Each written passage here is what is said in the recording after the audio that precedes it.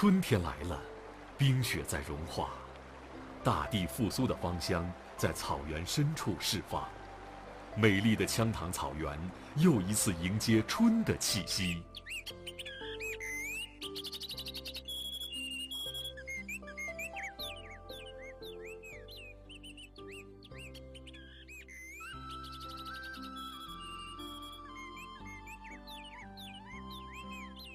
这是藏北高原独有的初春，在这个季节，高原上天边升腾的热浪，似乎在吞没整个季节。高原上所有的生命都在渴望一场雨雪。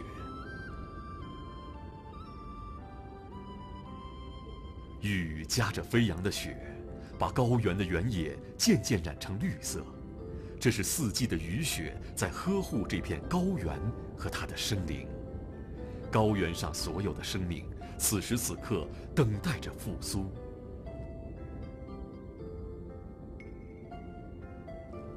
生命复苏了，原野复苏了，整个藏北高原在这一刻复苏了。这种迹象，年复一年。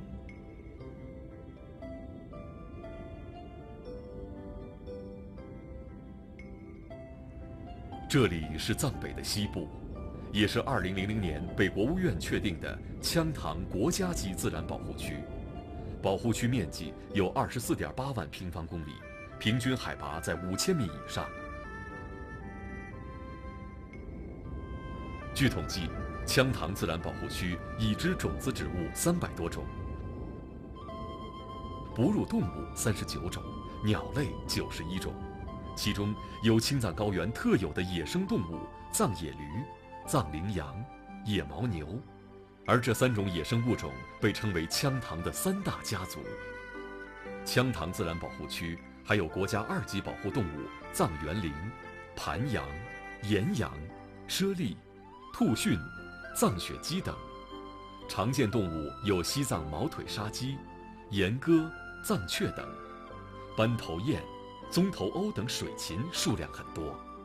保护区内有高原特有鱼类裸裂尻鱼、裸鲤。羌塘自然保护区可谓是天然野生动物园。从纳曲镇到羌塘国家级自然保护区约有580多公里，所辖区域班戈、申扎、尼玛、双湖、安多4县1区。有一首诗曾这样歌颂藏北：羌塘，你是生命的禁区，也是生命复活的土地。藏北，你是万物的禁区，也是万物诞生的摇篮。羌塘自然保护区有了生命，才有了它永恒的主题。